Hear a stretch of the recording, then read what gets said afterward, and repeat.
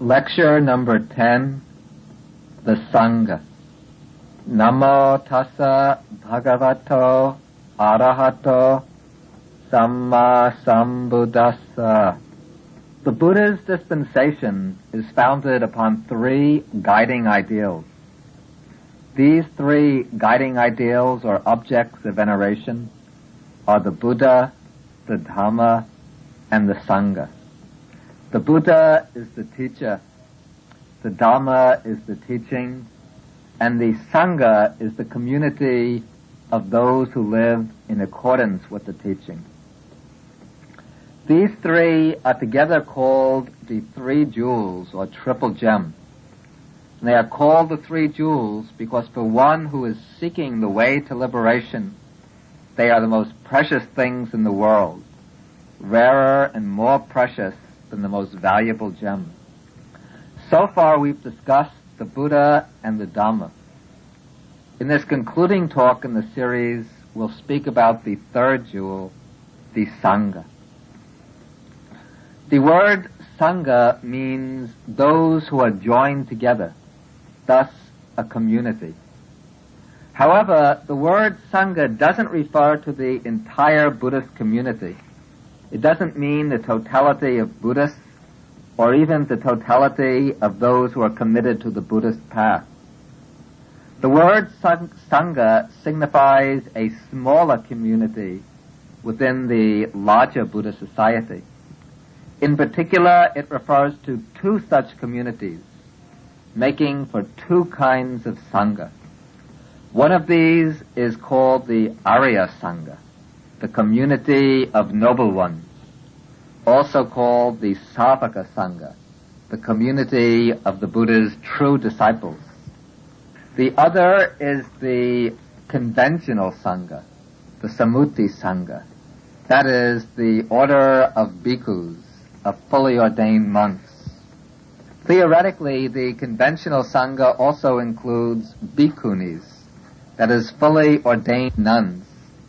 However, in Theravada Buddhist countries, the full ordination lineage for women has become defunct, even though there continue to exist independent orders of nuns. These we'll discuss later in the talk.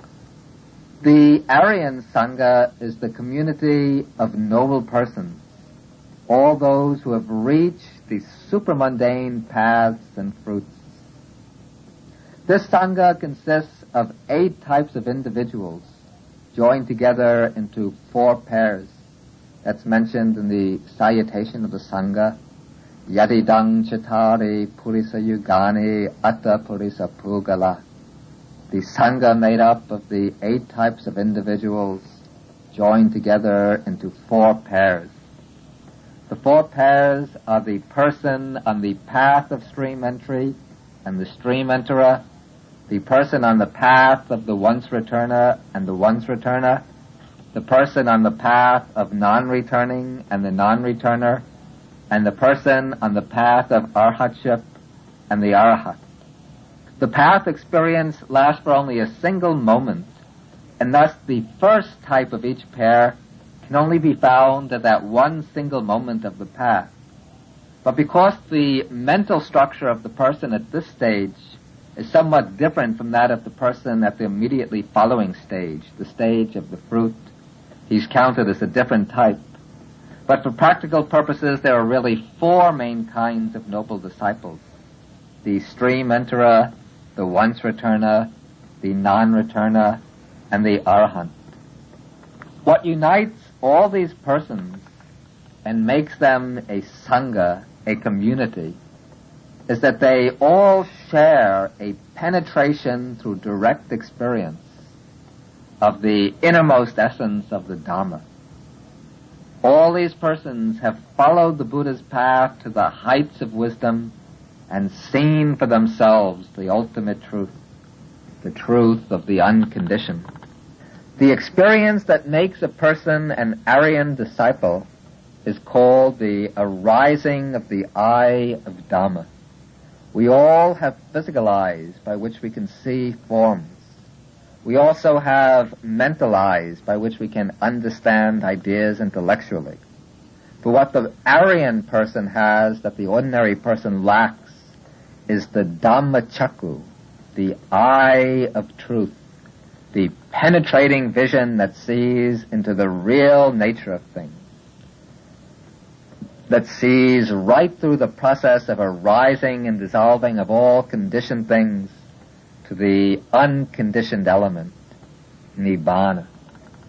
By arousing the eye of Dhamma, the noble person has cut off the first three fetters, the fetters of personality view, doubt, and clinging to rules and rituals.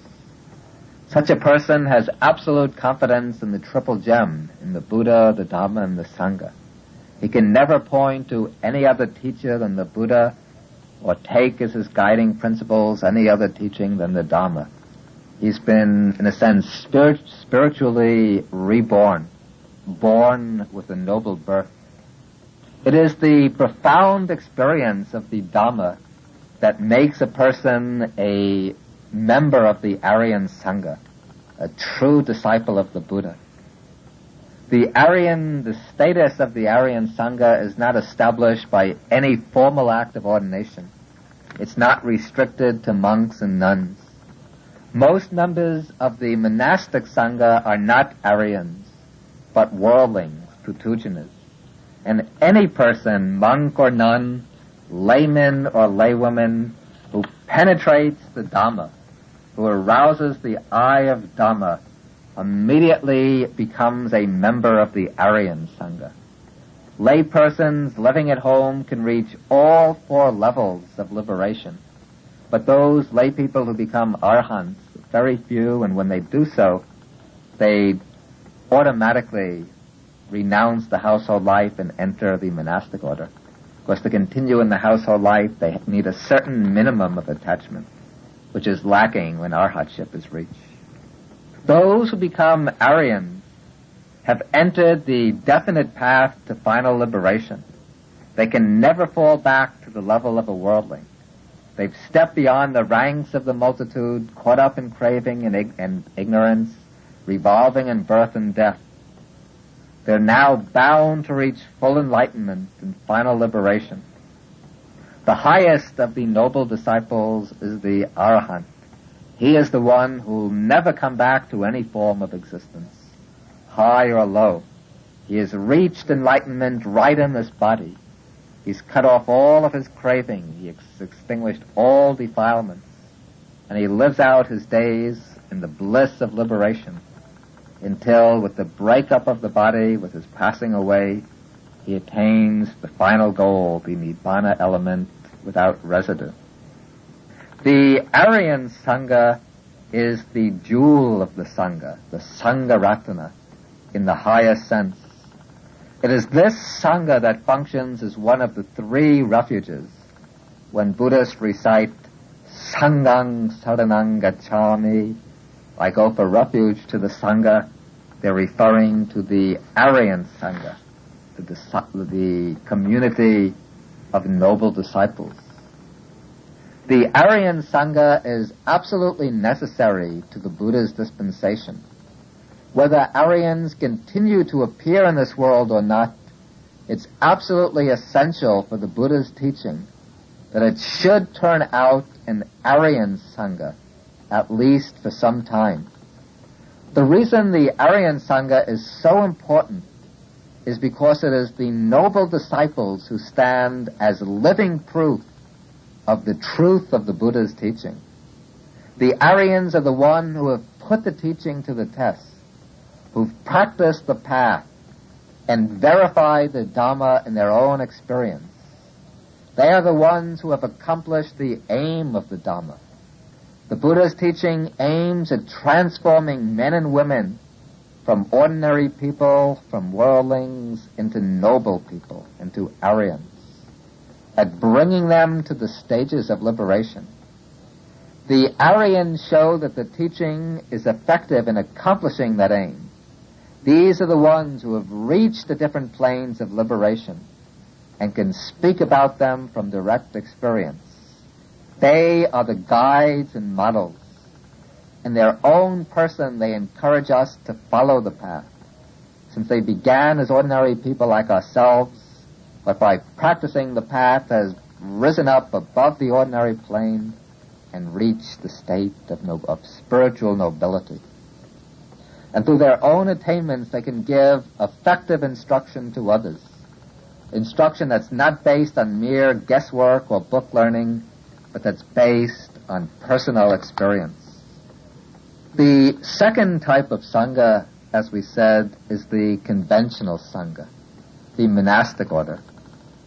The monastic order is called the conventional Sangha because admission to the order depends entirely on the convention of ordination, which can be given to any properly qualified candidate. It doesn't require any special spiritual attainment, but simply a person who wishes to enter the order and is free from any of the conditions that obstruct ordination. The conventional Sangha, the monastic order, is not a jewel or a refuge in the highest sense. However, it is still a jewel in a secondary sense. In Buddhism, the monastic Sangha is regarded as extremely precious, worthy of deep reverence and respect. And this is so for two basic reasons. First, because the members of the Sangha continue to follow the holy life laid down by the Buddha in its fullness. And secondly, because the members of the Sangha transmit the teaching of the Buddha from generation to generation. They keep the Dhamma alive in the world. The Buddha established the Sangha in order to provide ideal conditions for reaching the Aryan state, for attaining enlightenment and realizing Nibbana. When the Buddha was still a bodhisattva, when he went out in search of enlightenment, he did so by first renouncing the household life, by becoming a monk himself. Then, after he attained enlightenment, he established the Sangha as the resort for other people who are seriously bent on dedicating themselves to the task of spiritual cultivation, of reaching the supreme goal here and now. The bhikkhus who take ordination into the order are those who have followed the Buddha into the state of homelessness. They take on the Buddha's mode of practice, they wear his robe, and they live according to his rule. The Buddha laid down the brahmacharya, the holy life, as the way to deliverance, and the monastic state provides the optimal conditions possible in this world for living the holy life that was intended by the Buddha. Aryans do not arise only from the monastic Sangha, but it is those persons who become monks and nuns who have the best opportunities for practicing to reach the Aryan state. The second reason why the monastic order is revered so highly, as we said, is that the monks have the function of transmitting the Buddha's dispensation. They keep alive the practice, the way of life established by the Buddha. They show to others burdened by the cares of household life that it's possible to live a life of purity, of renunciation, of restraint, meditation, and realization. By training disciples, they ensure that the Buddha's dispensation is passed on from one generation to another so that it doesn't disappear from the world. By studying the scriptures, by teaching them, they preserve the verbal teaching of the Buddha. They make sure that it's spread and propagated for the welfare of others. For these reasons, the monastic Sangha stands as a field of merit, worthy of respects, offerings, and support. The story of the monastic order goes back even before the ordination of the first bhikkhus, to the time the future Buddha was a prince in the palace. When he went on his outside expedition and saw the old man, the sick man, and the dead man, then his mind was deeply disturbed and all of his confidence and household life was shattered. Then the fourth sight he saw was a contemplative ascetic walking peacefully through the town wearing rag robes, with shaven head, carrying an alms bowl. And this man indicated to the prince, Siddhartha, the course he himself had to adopt to find liberation. And so when the night of his great renunciation arrived, the prince followed that man's example by cutting off his hair and beard, putting on yellow robes, and leaving the palace for the life of a mendicant. And his own practice in this regard has provided the model for the Sangha through the centuries. Each monk, when he goes forth, does so in imitation of the original renunciation of the Buddha. The actual formation of the Sangha took place soon after the Buddha gave his first discourse. When the Buddha had finished explaining the Four Noble Truths and the Eightfold Noble Path to the 5 ascetics in the Deer Park, the oldest of the 5 ascetics, Kondanya, gained the first stage of enlightenment, the stage of stream entry. After he had seen the Dhamma for himself, he bowed down to the Buddha and acknowledged the Buddha as his teacher. And then he asked the Buddha to ordain him as his disciple. He wanted to become a monk under the Buddha. The Buddha then ordained him simply by saying, "Come, bhikkhu, the Dhamma is well proclaimed. Live the holy life for the complete ending of suffering." Thus, with these words, Kondanya became the first bhikkhu, the first monk disciple of the Buddha. But one bhikkhu doesn't make up a sangha. The sangha is a community, and that means, in formal terms, a minimum of 4 monks required to constitute the sangha. But on that occasion, the Buddha continued to explain the Dhamma to the other 4 ascetics, who were named Bhaddiya, Mahanama, Vappa, and Assaji. And when they gained stream entry after his talk, they also asked to become bhikkhus under the Buddha, and the Buddha admitted them with the same words. When the Buddha accepted them as bhikkhus, at that very moment the Sangha was formed for the first time, a community of 5 monks headed by the Buddha. Shortly after that, the Buddha taught them the truth of anatta, of egolessness, and at the end of this discourse, the 5 monks achieved enlightenment, destroying all defilements, and became arhats, fully liberated in mind. In the months and years ahead, the Sangha continued to expand very rapidly, and the reasons for its rapid growth are not so hard to understand. The age in which the Buddha lived was a period when spiritual ideals occupied first place in the scale of human values. It was not like our own time in which material values are predominant. However, in the time of the Buddha, the prevalent religions failed to meet the spiritual needs of the people. The religion of the Brahmins was bogged down by superstition, ritual, sacrifice, and by artificial distinctions based on caste. And the non-Brahminic religious orders were given up to either extreme asceticism or to dry speculation. In contrast to all of these other teachings, the Buddha offered a clear and direct path to the highest goal, a path that was completely in accordance with reason, that was open to personal verification, and that was very appealing in its simplicity and in its practicality.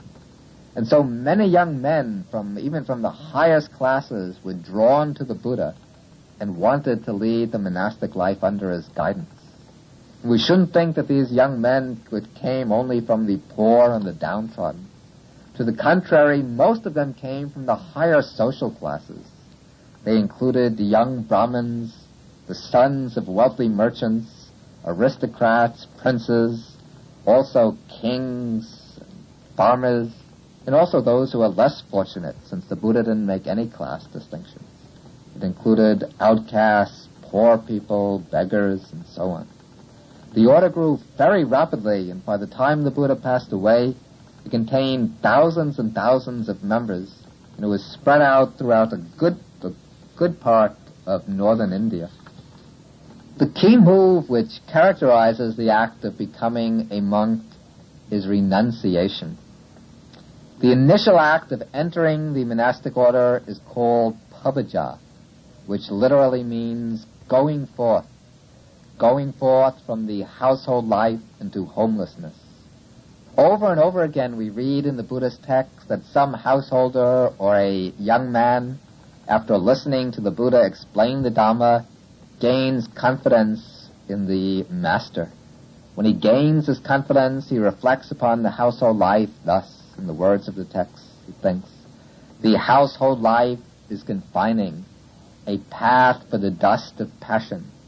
The homeless life is free as the open air. It's difficult, while living at home, to lead the pure and perfect life of homelessness. I'll cut off my hair and beard, put on the saffron robes, and go forth from the household life into homelessness. Then we read that sometime later that same person leaves his circle of relatives, whether they be large or small. He leaves his accumulation of wealth, whether it be large or small. He cuts off his hair and beard, puts on the saffron robes, approaches the order, and takes ordination, entering the life of homelessness. Now there are some people, especially in the West, who admire the Buddha and his teaching, but find themselves put off by the Sangha. They feel something repellent in a religious system that issues in monasticism. They prefer to see a spiritual path that can be adapted to life in the world, rather than one that leads away from worldly life into monastic life. Now, such people might be justified in wishing to see a Dhamma that can be practiced in the world. And this is true also about the Buddha's teaching, that it's applicable for those who are living in household life. But anyone who's correctly grasped the drift of the Dhamma, the Buddha Dhamma, will see at once that the path of renunciation follows from it with complete naturalness. The Buddha teaches that life in the world is inseparably connected with dukkha, with suffering and unsatisfactoriness. Worldly existence is a round of becoming, leading us again and again into birth and death and into all the different forms of suffering. And the reason we remain bound to the wheel of becoming is because of our attachment to it. We hang on to it through our craving, our desire for pleasure, for power, for continued existence. To gain release from the round, we have to extinguish our craving. And that is the highest renunciation, the ultimate act of renunciation, the inner act of finally cutting off all attachments, even the most subtle. But to win through to that attainment, we generally have to start with simple, common, relatively easy acts of renunciation. And as these gather force, they eventually lead us to a point where we no longer feel attracted to the lures of secular life, where our desire to be free from the bondage of worldly life overpowers all desire for the pleasures of the world. And when this happens, we become ready to leave behind the household life, to enter upon the homeless state, in order to devote ourselves fully to the task of removing the inner subtle clingings of the mind. The homeless life is not absolutely essential to this work. True renunciation is an inner act, not a mere outer one. But as we said before, the homeless life provides the most suitable outer conditions for practicing true renunciation. Conditions which are helpful for most people, even if they're not indispensable for everyone. The holy life requires purified conduct, but household life stimulates many desires that run contrary to pure conduct. The homeless life is a life of meditation, calling for constant mindfulness, clear awareness, and contemplation. All this requires time, a calm environment, freedom from external pressures and responsibilities. It's difficult for those living the family life to find the leisure and opportunity to devote themselves single-heartedly to the work of spiritual development in its highest aspects. To provide such an objective situation, the Buddha founded the Sangha, a community of men and women who can live together in a spirit of harmony and mutual support, devoting themselves to the practice of the Dhamma. The bhikkhu, the Buddhist monk, it should be said, is not a priest. He does not function as the intermediary between the laity and any divine power, not even between the layman and the Buddha. He does not administer sacraments, pronounce absolution, or perform any rituals needed by lay people for salvation. The main task of the bhikkhu, of the Buddhist monk, is to cultivate himself along the path laid down by the Buddha, the path of moral discipline, concentration, and wisdom. Entrance into the Sangha, we should also say, is not binding for lifetime. One who becomes a Buddhist monk doesn't take lifelong vows. In some Buddhist traditions, especially in Sri Lanka, it's expected that those who take the higher ordination as bhikkhus will remain in the robe for life. But it's not absolutely essential, and if a person takes ordination and finds he's unsuited for monastic life, he's free at any time to leave the robe and return to lay life without any kind of religious blame attaching to him, without incurring any kind of obstruction to his spiritual progress. In other countries like Burma and Thailand, it's customary for just about all males at some time in their life to take ordination for a short period in the Sangha. In Thailand, generally for one rainy season of 3 months. After that, the young man is considered to be a fit candidate for marriage. In Burma, it's customary for many young children, young men, or young boys to take ordination as novices, and for older men, after they've lived their full life, to enter the order in old age. The distinctive marks of the bhikkhu in all the Buddhist countries and most Buddhist traditions are the shaved head and the saffron robes.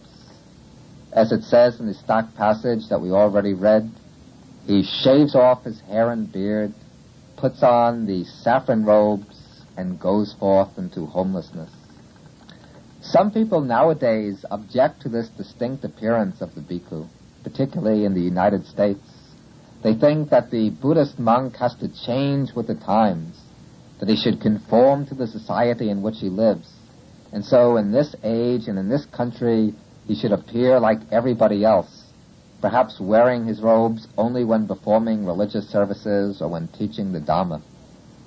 However, these ideas do not accord with the specific nature of the bhikkhu's vocation. Even in the days of the Buddha, the bhikkhu had a distinct appearance from lay people. His robe and his shaved head were never the common custom of the people. They always served to mark the monk out as different from others. The reason the bhikkhu adopts this appearance is rooted in the very nature of his calling. For one thing, the Buddhist monk seeks to realize the truth of anatta, of selflessness. And this means the relinquishing of one's claims to stand out as a special individual, to be a somebody. The aim of the bhikkhu is to become a man of naught, to reach total effacement, not in the sense of becoming a nameless nobody, but in eliminating the sense of ego, of self-identification. Now our clothes, our hairstyle, our beard, often become subtle ways in which we assert our sense of identity, by which we try to express our self-image, or to realize our personality. The bhikkhus seek to overcome this claim to self-assertion by adopting a mode of appearance that is the same as all other bhikkhus. They give up their individual color in order to blend imperceptibly into the larger body, the body of the Sangha. Also, the robe and the shaved head remind the bhikkhu of his special vocation. One of the themes for daily reflection the Buddha taught to the monks is to think, my way of life is different from that of worldly people. The common people flow with the stream of desires, of grasping, of becoming. The monk has to strive against the stream. He lives a life of restraint, self-control, and inner cultivation. Because the defilements in his mind might still be active, he often needs some special sign to remind him of his high mission, his calling to seek deliverance. The distinctive dress gives him that reminder. It lets him know that he wears the same robe that the Buddha wore, that he has the same appearance as the Buddha, and therefore that he should remain firm in his resolution to strive along the path of the Buddha. The special robe also serves another purpose, one which is directed outwardly towards others rather than towards himself. That is, the robe is the token of the Buddha's teaching. The monk represents the Buddha's teaching before the world at large. His manner, his conduct, his mode of deportment have the effect of impressing on others the fruits of training in the Buddhist discipline. If his conduct is pure and his manner is lofty, other people will be favorably impressed, and as a result they will gain confidence in the Buddha's Dhamma. But in order for the bhikkhu to make others aware of the fruits of the Buddha's training, he needs a distinctive dress that singles him out as a disciple of the Buddha. And that is the reason for the robe. Another special aspect of the lifestyle of the Buddhist monk is that he lives in dependence on the offerings of others. He doesn't work for his living at a remunerative job. He doesn't receive payment in money for his religious services, but he lives entirely in dependence on the support of the laity.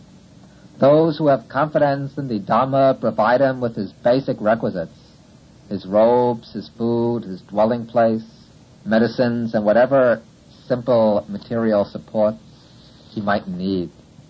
The idea of a monastic order supported by the laity often causes trouble for people in the West. In the West, especially in modern America, we've been conditioned to believe that all capable people, at least men, ought to work for their living. We feel that it's morally wrong for an able-bodied man to live on the offerings of others. Sometimes it's asked what right the monk or nun has to ask for the support of his society. And what does the Sangha give the society in return? First of all, we have to say that the monks and nuns do not ask society for support. In fact, the Code of Monastic Discipline prohibits the monks from asking lay people for their material goods, except in the case of close relatives. The lay Buddhists offer the members of the Sangha their simple requisites freely, without any compulsion, without any pressure, without any sense of obligation forced on them. People give the monks the things they need as an expression of their faith in the Buddha's teaching. They give in the spirit of loving kindness, and because they want to help the monks lead the holy life profitably in order to reap its benefits. The monks and nuns who live in accordance with the Dhamma, these people are a blessing for the lay people who provide them with their requisites. And the benefits they provide can be found at several levels. First, at the most manifest level, they are able, by receiving this support, to become teachers of the Dhamma. Because they are freed from the necessity to provide for themselves economically, they can study the Buddha's teaching, learn it thoroughly, and then teach it to others. Through their knowledge of the Dhamma, they can guide others and teach others the principles that will lead to their spiritual welfare. Then, at a deeper level, the monks and nuns who receive the support maintain the tradition of Buddhist practice, especially the higher practices of meditation. They serve as an example for others. They serve as models of those who are pursuing the highest ideals. They show that the Dhamma is not just a set of abstract theories, but a real path that can be practiced. They inspire others to undertake the practice and lead them along the way to liberation from suffering. A third benefit the Sangha provides is to serve as a field of merit for others. The Buddha teaches that giving, or dana, is a source of merit, and the merit that comes from giving is proportional to the purity of the recipients. When the receiver is a person striving for enlightenment and liberation, the highest goals, they become the most fruitful field of merit. By making gifts to the Sangha of robes, food, and so on, the lay people gain merit that will sustain them in their own quest for liberation, and which will bring them benefits in this life and in future lives. Perhaps the primary symbolic expression of the close relationship between Sangha and the lay people is the alms round. In the traditional Theravada Buddhist countries, especially Thailand and Burma, the monks acquire their food by walking from house to house with their alms bowls, gathering the offerings given to them by devoted lay people. When morning arrives, the monks put on their upper robes over both shoulders, they take their bowls, and they leave their monasteries. Sometimes they go individually, sometimes in small groups, sometimes in a long single file. They walk along silently and mindfully, without talking, their eyes cast down on the ground, their minds occupied with some theme for meditation. They keep the bowls beneath the fold of their robes. Then, whenever they pass a house where lay people have set up food for offerings, they stop, open their bowls, and silently receive what the people give them. After the lay person has given the monk his food, he usually bows down in respect, and the monk in turn will recite the short benediction, like Sukhi Hotu, may you be well, Ayubano Sukhang Balang, may you achieve long life, beauty, happiness, and strength, and so on. As the monks walk along, they go to each house without making any distinctions or discriminations between rich and poor, between those who are generous and those who are thrifty. But he gives everyone the opportunity to make an offering and thus to gain merit. The monk does not ask for anything. He's not a beggar. He receives whatever is offered, and if he gets nothing at a certain house, then he just passes on. The rule, as we said, specifically prohibits begging. After the bhikkhu has collected enough for his day's meal, then he returns to his monastery.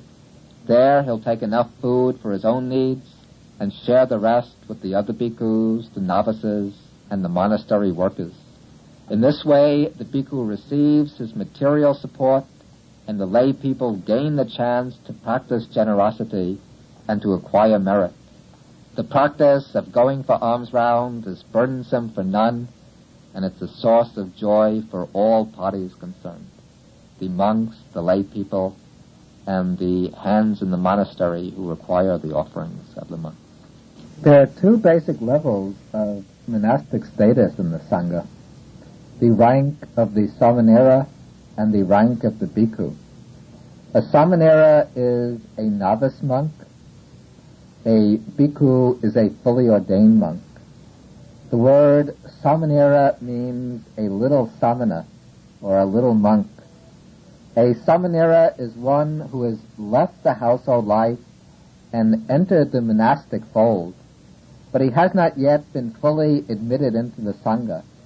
He's still preparing for full ordination as a bhikkhu. He might have to undergo training for a period of several months or several years, though sometimes mature men who go forth are given the novice ordination and full ordination on the same day. The ceremony of becoming a Samanera is called Pabbaja, the going forth from lay life into the homeless life. To become a Samanera, the candidate must be at least 7 years old. He has to be physically fit, provided with robes, and he has to be accepted by a senior bhikkhu as a pupil. At the ceremony of ordination, the candidate approaches his preceptor with his head shaved and carrying his robes in his hand. He then asks the preceptor to be given the Pabbaja, the going forth. The preceptor will then give him a short explanation of what this involves. He takes the robes from the Samanera and then he gives them back. And this marks the acceptance of the candidate as a Samanera. The new novice will then go off to the side, take off his lay clothes and put on the robes. Then he returns to his teacher and he asks the teacher to give him the 3 refuges and the 10 precepts of a Samanera. The teacher will then recite the formula for the refuges and the 10 precepts, the Samanera repeating them after the preceptor. And from then on, the Samanera must observe the 10 basic precepts of the monastic life. These are, first, to abstain from killing or taking life, to abstain from taking what is not given, stealing. Third, to abstain from incelibacy. He has to lead a life of strict brahmacharya, of strict chastity. Fourth, to abstain from lying. Fifth, to abstain from using intoxicants, drinks and drugs that cause intoxication. Sixth, to abstain from eating at the wrong time, which means from midday until the next morning. The monks take their food between dawn and midday, and from midday until the next dawn they don't take any solid food, but only liquids, drinks. Seventh, he has to abstain from singing, dancing, musical instruments, and from unsuitable shows. Eighth, he has to abstain from using ornaments, scents, garlands, and perfumes that beautify the person. Eighth, he has to abstain from using ornaments, scents, garlands, and perfumes that beautify the person. Ninth, he has to avoid high and luxurious seats and beds. And 10th, he has to abstain from accepting gold and silver, from accepting money.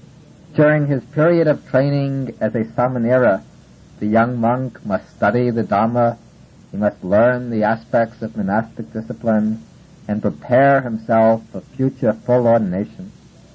The ceremony of full ordination as a bhikkhu is called Upasampada. To be eligible for Upasampada, the candidate first has to have been a Samanera for some time, usually for several years, though, as we said, in the case of mature men, he might just have to have been ordained as a novice earlier the same day. The candidate for bhikkhu status must be 20 years old, and he has to be free from the impediments. That is, he has to be free from certain incurable diseases like leprosy, tuberculosis, and epilepsy. He has to be a free man, not in debt. He has to be exempt from military service, and he has to have the permission of his parents. When he comes for the ordination ceremony, he must have a complete set of robes and an alms bowl. These will usually be provided by lay supporters. The ceremony of Upasampada requires a sangha of at least 5 bhikkhus, though usually more are present. The sangha is headed by a senior bhikkhu of at least 10 years standing in the order, who has a good knowledge of Dhamma and Vinaya, the code of discipline. This senior monk will serve as the preceptor for the new bhikkhu. The ordination is more complex than that used for the novice ordination. First, a monk will chant a motion that such and such, the name of the candidate, requests Upasampada with such and such a senior monk as his preceptor. Then 3 announcements of this fact are made, and if none of the bhikkhus present objects, then when the 3rd announcement is finished, the candidate is accepted as a bhikkhu. After the actual ordination, the preceptor then explains to the new bhikkhu the 4 things which are absolutely prohibited for a fully ordained monk. These 4 acts are firstly, engaging in sexual intercourse of any kind, whether it be heterosexual or homosexual. Secondly, taking anything of value that is not given. Third, killing another human being. And fourth, falsely claiming to have reached some higher spiritual attainment. If a bhikkhu commits any of these forbidden acts, then he is immediately expelled from the Sangha, and he can never be reordained again in this lifetime. After explaining these 4 forbidden acts, the preceptor then explains the 4 supports of the homeless life. These are, first, to live on food collected on alms rounds. Secondly, to use robes made from cast-off rags. Third, to live beneath a tree. And fourth, to use cow's urine for medicine. But for the consolation of those who are thinking of taking ordination, it should be mentioned that these 4 observances are not compulsory. Monks are allowed to accept food offered by lay people in homes or brought to the monastery. They can wear robes already prepared by householders.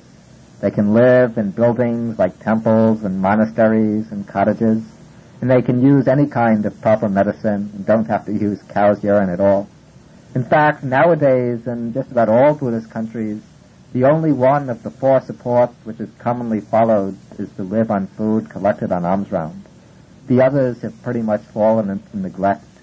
But this formula is still recited as a formality and as a way to emphasize the spirit of poverty, simplicity, and purity that are essential to the monk's life. The bhikkhu is allowed to own, as his own personal possession, 8 articles. These include his 3 robes. One is the underrobe, called the Antaravasika, which is worn around the waist, something like a sarang. The second robe is the upper robe, the Uttarasanga, which is worn over the shoulder, covering the upper part of the body. And the third robe is the double-thick outer robe, the Sangati, which is usually worn only in cool weather. In addition to these 3, the bhikkhu will own a belt made out of cloth, an alms bowl, a razor, a needle, and a water strainer. Besides these, in actual practice, bhikkhus usually own a few other simple necessities, varying in quantity according to their lifestyle. Teaching bhikkhus in the town will need more things: extra robes, books, notepaper, pens, and so on. Meditative bhikkhus living in the forest can usually get by with very little beyond their basic requisites. Perhaps just sandals, umbrella, a fan, a small clock. And the monk has to obtain his material requisites in a pure way. He doesn't work at a profession, as we said, but he receives his material requisites through the generosity of others. He's not allowed to beg for them, to coerce others to give them, or to persuade others to offer them, but he's dependent upon the generosity and the kindness of the laity. And in using the 4 principal requisites, the robes, the alms food, his shelter, and medicines, he has to reflect on their proper purposes. When he puts on his robes, he has to reflect that he uses the robes for the purpose of keeping off the cold, keeping off the heat, keeping off the sun and wind and creeping things, and for covering up the body. He reflects that he uses the alms food in order to support his life, to keep himself in good health, to prevent disease, and to live the life of holiness. He reflects that he uses his dwelling place, his shelter, to keep out the cold and heat and mosquitoes and gnats, and in order to protect himself from the weather. And he reflects that he uses medicines for the purpose of keeping off disease and for the maximum of health and well-being. Life in the Sangha is regulated by a body of rules called the Vinaya. The word Vinaya literally means leading away. That is, it's the code of rules that leads us away from wrong actions, wrong deeds of body and speech.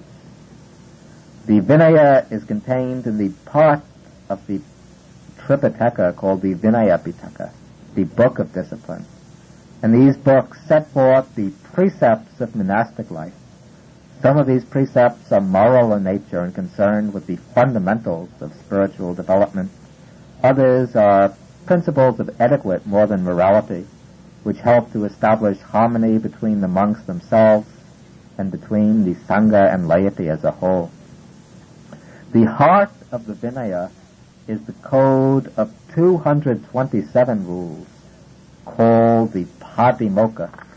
These are the backbone of monastic discipline. The rules of the Patimokkha are classified into several categories of differing degrees of moral weight. The most important are the 4 parajikas, the 4 prohibited acts we already mentioned: sexual intercourse, theft, killing another human being, and making false claims to spiritual attainment. The violation of these rules leads to defeat, to expulsion from the order. 13 other rules of a somewhat lesser degree of gravity lead to a period, if they're violated, they lead to a period of penance with a temporary suspension of monastic privileges.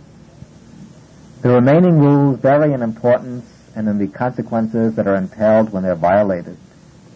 But for good monks, it's important that they try to keep all the rules as scrupulously as they can. All the rules might not seem to be extremely serious, but the problem is that once a person starts breaking minor rules, it's often only a matter of time until he starts to break major rules. Therefore, the guiding principle for a monk who's serious in following the Buddha's path is to try to maintain and protect all the rules to the best of his ability. The foundation of the higher stages of spiritual training is moral discipline. And for a bhikkhu, the background or backbone of his moral discipline is the Patimokkha. The Patimokkha is recited by the Sangha together at a ceremony called the Uposatha, which is held on the day of the full moon and the new moon in each lunar month. And it's held in the monastery whenever there are at least 4 bhikkhus living together. Before the ceremony takes place, the bhikkhus meet and confess their transgressions to one another.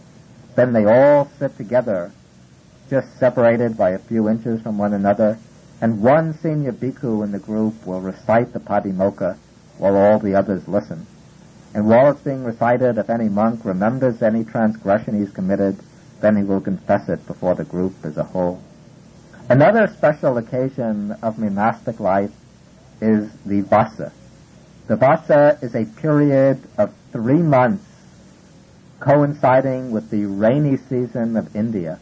That is, it lasts from the full moon day of July to the full moon day of October. And during these 3 months of the Vasa, the monks take up residence in a single dwelling without traveling outside, except in special cases, except in emergencies, or if their presence is required someplace. And the rule requiring the bhikkhus to observe the Vasa was made by the Buddha because of the conditions in India during the time of the rain. When the rains fell, the earth would teem with vegetation, and insect life would become very abundant. So if the monks traveled around a lot, they would trample on the crops, kill insects, and ruin the people's fields. In order to prevent this, the Buddha laid down a rule requiring the monks to stay at a fixed abode for the period of 3 months. During this time, the lay people would provide them with their requisites and take care of the monks with great solicitude. And even now, even in countries where the rainy season doesn't come during this 3-month period, it's traditional for the bhikkhus to observe the retreat of the Vasa. And during this period, the bhikkhus will devote themselves with special energy to their own spiritual work. The scholar monk will devote himself with special energy to study, the meditation monk to meditation, the literary monk will devote himself to writing. Each one will make a special effort to perfect himself in his own field during this period. At the close of the Vasa, the bhikkhus will assemble and hold a ceremony which is called the Pavarana. At the Pavarana ceremony, each monk invites the other monks in the community to point out any wrong actions he might have committed during the Vasa, and to ask for the patience and forgiveness of the other monks for any wrongs he might have committed. Then, when the Pavarana is finished, then the Vasa is at an end.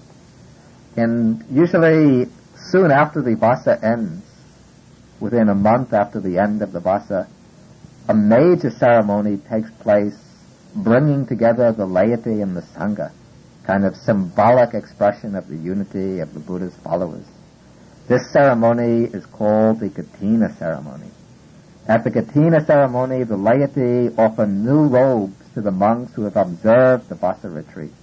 And they also bring other goods that might be needed at the temple or monastery. The Kathina is almost always a very cheerful, colorful affair, which helps strengthen the bond of unity between lay people and the Sangha. All the monks, no matter what their age and standing might be, all share the same disciplinary code, the Patimokkha and the rest of the Vinaya.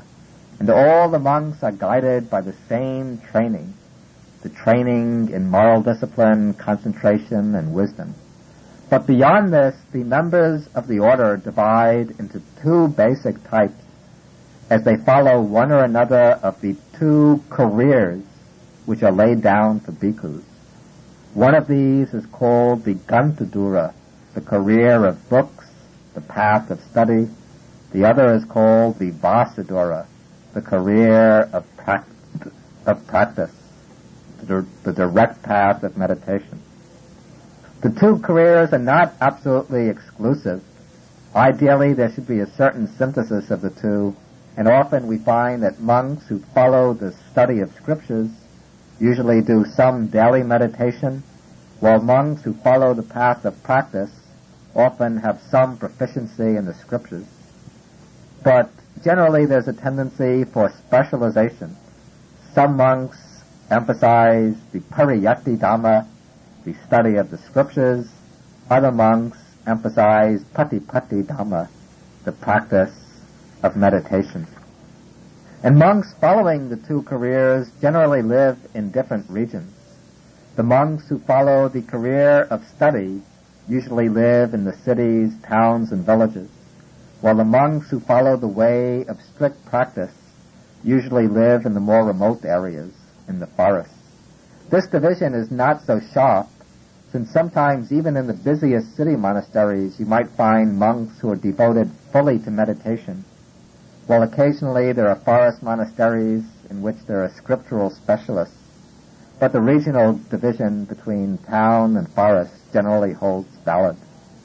The main task of the monks following the career of books is to study, teach, and expound the scriptures of Buddhism. In the Theravada tradition, the main scriptural authority is the Tipitaka, the three baskets of doctrine set down in the ancient Pali language. These three baskets are the Vinaya Pitaka, the book of monastic discipline, the Sutta Pitaka, the collection of the Buddha's discourses and the discourses of great disciples, and the Abhidhamma Pitaka, the collection of philosophical, psychological treatises. And those monks who specialize in study will make it their aim to learn these scriptures as best as possible. And to learn the scriptures for the Buddhist monks in this tradition doesn't mean simply to have read the books, but what's specially stressed is memorization. In fact, for the first 400 years, the scriptures of the Tripitaka were not written down at all, but they were transmitted from teacher to pupil by way of memorization. And even today, though books are available, memorization is still emphasized. So those bhikkhus who follow the way of study will spend a great amount of time memorizing the texts, learning their meanings thoroughly, studying the commentaries written about them, and then when they gain some proficiency in study, they will take on the task of teaching others, of giving sermons and lectures, of training younger monks in the scriptures. And since the study bhikkhus live in the vicinity of the towns, villages, and cities, it is these bhikkhus who come in closest contact with the laity and thus participate in various religious rites of domestic life. Unlike the Christian monks, the Buddhist monks are not completely secluded from contact with the lay world, but they interact with the laity on just about all the key occasions of daily life, from birth to death. The main types of involvement of the Sangha with the laity are meal invitations, the chanting of suttas, and preaching. Dana, the offering of food to monks, is a great source of merit for lay people. So often a family or a group of town people will invite a number of monks to their home for an alms offering. This will often be followed by a short sermon and then by the chanting of benedictions by the monks. In addition, special chanting sessions are also held from time to time. A group of monks will be invited to chant special protective suttas for the lay people. These suttas are called parita, protective discourses. Then, at periodic intervals, the monks will deliver lengthy sermons. These sermons are given with much fanfare and festivity. These can be attended by large numbers of lay people who make these occasions of preaching their main opportunities for learning the Dhamma. On these special Uposatha days, the days of the full moon and the new moon, devoted lay people will go to the temples and monasteries for a whole day and night. They'll bring some simple bedding and generally stay overnight. On these occasions, they'll take the 8 precepts, living very much like novice monks and nuns. For the day and night of the Uposatha, they'll devote their time to meditation, to reciting texts, to asking questions of the monks, to quiet study. And sometimes they might get the chance to listen to several lengthy discourses which might be delivered during the Uposatha period. In contrast to the life of the town bhikkhus, the life of the forest bhikkhus is very quiet. Their time is not taken up by the bustle of outer activities, but it's mostly reserved for their inner work, for the cultivation of the mind, the development of calm and insight. In the forest hermitages, a group of monks will live together, usually under the guidance of an accomplished meditation master. They live generally in small huts, situated at a good distance from one another, enough distance to assure each monk of the privacy and seclusion he needs to carry on his practice. The training of the forest monk follows the ancient pattern coming down from the time of the Buddha. We can find the descriptions of this training in many suttas spoken by the Buddha. We hear how the bhikkhu, after he's left the world, fulfills the rules of training, how he observes all the precepts very carefully and very scrupulously. Then, with this moral discipline as his foundation, he develops contentment with his robe to protect his body and with his alms food to sustain his life. And it's said that just as the bird goes about with its 2 wings and lives completely content only to have its 2 wings, so the monk goes about content simply with his robes and with his alms bowl. Then, having developed this contentment, this mind of simplicity, the monk applies himself to control of the senses. When seeing forms, hearing sounds, experiencing any sense objects, he doesn't let his mind be attracted by the desirable sense objects, but he develops strong control over the senses, keeping his senses under the command of his mind. All of his actions he performs with mindfulness and clear comprehension. He's mindful when going and coming, when looking forward and looking around, when bending and stretching, when eating, drinking, going to the bathroom, standing, sitting, falling asleep. In all activities he practices mindfulness and clear comprehension. Then he goes off into seclusion, sits down, crosses his legs, keeps his body erect, sets up mindfulness before him, and purifies his mind of the 5 hindrances. Clears the mind of lust, of ill will, of laziness and drowsiness, of restlessness and worry, and of doubt. Purifying the mind of the 5 hindrances, he tries to develop the jhanas, the absorptions, and with the absorptions as a base, he develops insight and realization. This is the path that the contemplative monk laid down in the suttas, going back 2,500 years, and in the forest monasteries of South and Southeast Asia, the same way of life is followed today. The last subject we'll deal with in this talk on the Sangha is the place of nuns in Buddhism. Now, in India, at the time Buddhism arose, women were held in a position of gross subservience to men.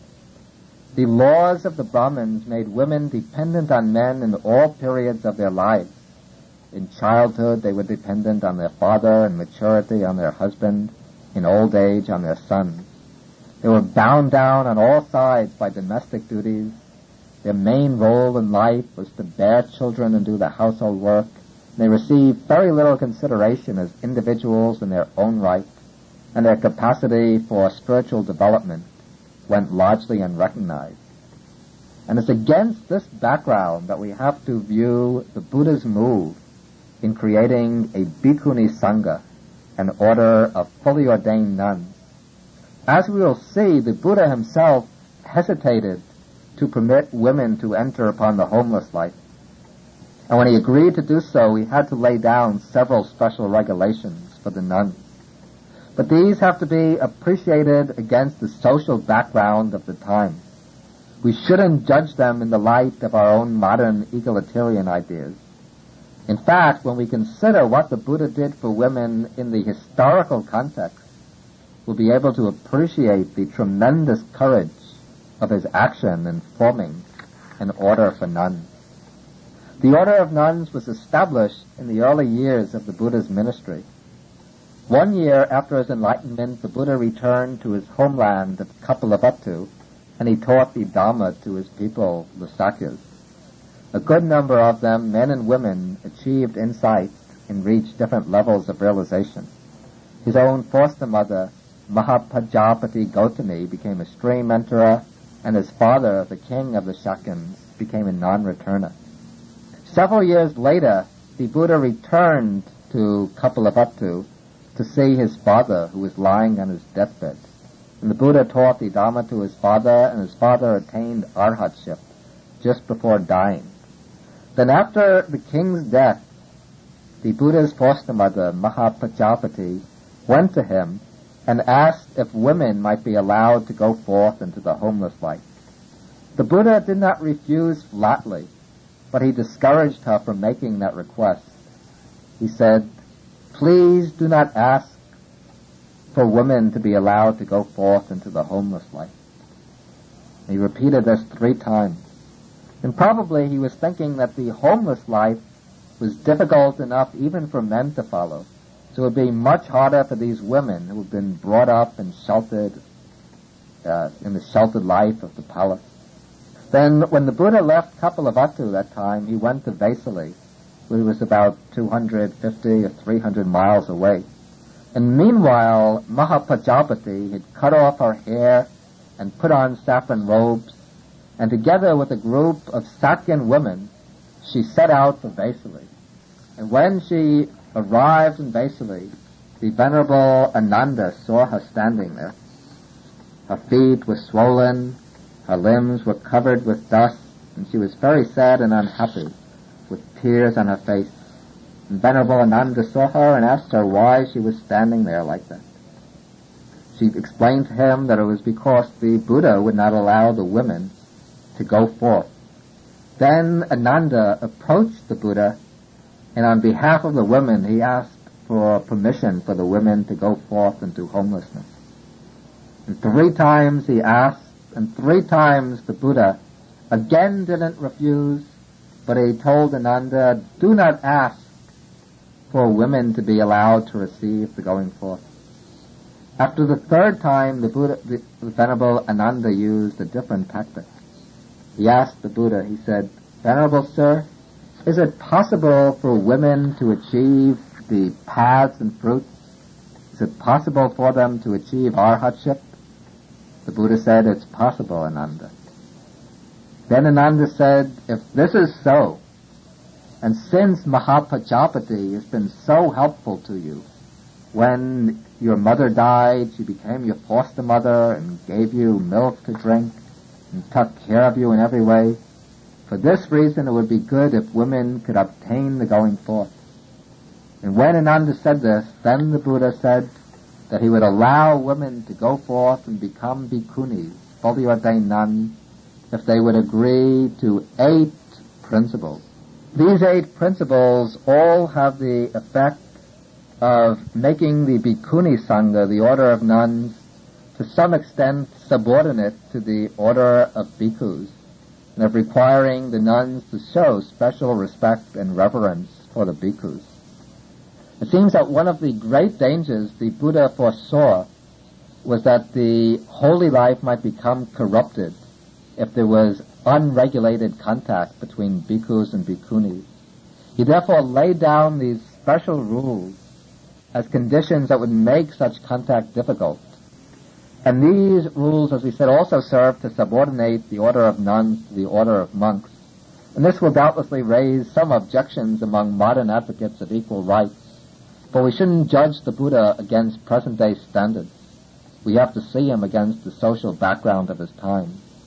In those days, women were severely restricted, and even to allow them to go forth into homelessness was a radical measure. If the Buddha had made the 2 orders precisely equal, he would have risked losing the respect of lay people, and his teaching might have disappeared without flourishing. But by making these rules, he was able to retain the respect of lay people and to ensure that his teaching would thrive. Once the order of bhikkhunis was formed, it attracted women from all different walks of life. Women of royal stock, wealthy women, poor women, ordinary housewives, courtesans, young girls, and so on, left their homes to put on the yellow robes of Buddhist nuns. A good number of these women practiced the path to its goal, achieving arhatship.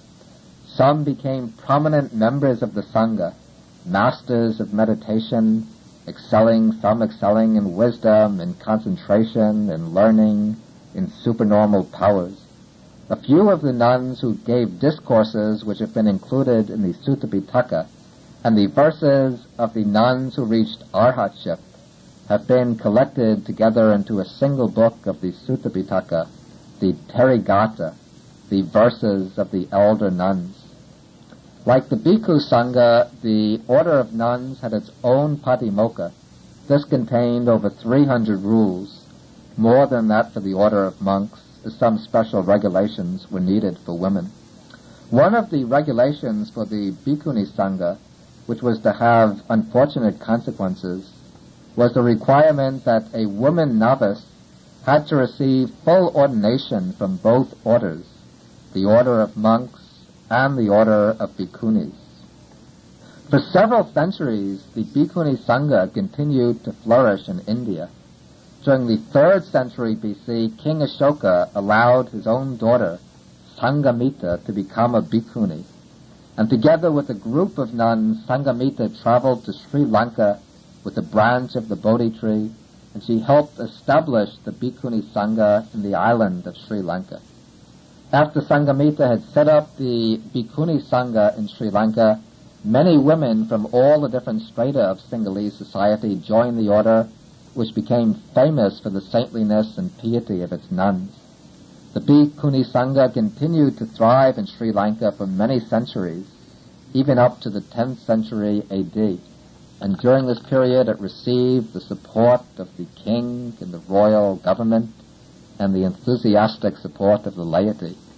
However, due to a series of invasions from South India, the Bhikkhuni Sangha seems to have died out in Sri Lanka in the 10th century AD, while in India the order also disappeared. When, we do not know. And since ordination as a bhikkhuni has to be received from an existing sangha of bhikkhunis, when the latter has died out, then ordination becomes impossible and the lineage cannot continue. And it cannot be revived by bhikkhus, by lay people, or anyone else, but only by a Buddha. Thus, when the Bhikkhuni Sangha disappeared in India and Sri Lanka, this meant the end of the lineage, as a Theravada Buddha Sangha had not yet been established in Burma, Thailand, or the other Southeast Asian countries. But though the formal Bhikkhuni Sangha disappeared from the Theravada Buddhist world, Theravada Buddhist women continued to be drawn to the monastic life. As a result, there have sprung up in the main Theravada countries orders of women who live together as nuns, taking a less formal ordination and following the holy life according to the model of the ancient bhikkhunis. These women generally observe 8 or 10 precepts. The 10 precepts are the same as the precepts for a novice monk. The 8 precepts are obtained by dropping the 10th precept and by joining together the 7th and 8th. These women nuns shave their heads and they wear distinctive robes, which may be saffron, brown, or white. They live sometimes in special sections of the monasteries separated from the monks. Sometimes they live in convents of their own. Like the monks, some nuns specialize in meditation, some specialize in study. Others engage in social services such as teaching, rural development, hospital service, and so on. Unfortunately, these women are not accorded the same reverence that's given to the monks, so they have to maintain themselves either by their own collected funds or by donations from relatives. Materially, their life can be very difficult at times. However, in the present day, as more attention is coming to be paid to the nuns, popular attitudes are beginning to change. In the future, it may be possible for the nuns to receive the outward support they deserve in order that they can live the holy life in its full purity. In addition, the nuns themselves are gaining a stronger collective awareness, and in the several Theravada countries are beginning to form organizations to improve their status and to increase their means of support. It is to be hoped that these